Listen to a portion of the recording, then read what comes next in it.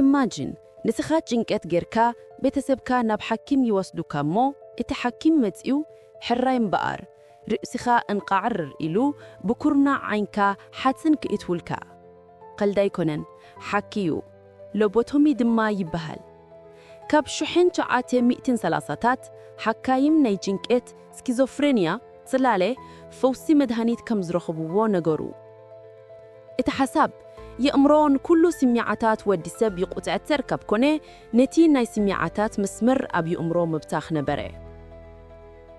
ከመይ ገይሮም ክገብሩዎ እዚ እዩ እቲ ዘገርም ክፈል እንተደልዮም ርእስኻ ይኸፍትዎ ተዘይኮይኑ ኣይሽገሩን ሓደ ነዊሕ ሽቦ ብኩርናዕ ዓይንካ ይእትዮም ንሓንጎልካ ከም ሽሮ ይኩስዎ በቃ ኣብ 10 ደቂቕ ተፈዊስካ ድሕሪ እጂ ዳግማ ኣይክትጨነቕኒ ኢኻ ምኽንያቱ ድሕሪ ሎቦቶሚ ብዙሓት ሰባት ህዱኣት ዘይሓርቁ ዘይበኣሱ ኮይኖም ይምለሱ ነይሮም በቃ ስሚዕታት የብሎም ኩሉ ጊዜ ህዱኣት ኣብ ኣሜሪካ ጥራይ ልዕሊ 5,000 ሎቦቶሚ ተኻይዱ ዋላቶም ፍሉጣት ሰባት ውን ኣይተረፉን ሓብቲ ፕሬዚደንት ጆን ኤፍ ኬነዲ ውን ተገይሩላ ነይሩ ከም ሳዕቤኑ ድማ ሰንኪላ ኣብቲ ጊዜ ትግን ሓካይም ኣዝዩ ብሉጽ መድሃኒት ከም ዝኾነ ይሓስቡ ነይሮም ስድራ ቤታት ከኣ ከይተረፉ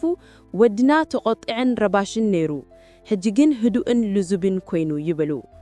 ተሓቂ ግን መንፈስ እቲ ሰብ ከም ዝጠፋ እዩ ኣብ 1950ታት ግን ሓደሽቲ መድሃኒታት እእምሮኣዊ ጥዕና መጺኡ ሰባት ድማ ሎቦቶሚ ተኣምር ከም ዘይነበረ ህይወት ከም ዘጻፍእ ድማ ተረድኦ እቲ ስራሕ ተኸልኪሉ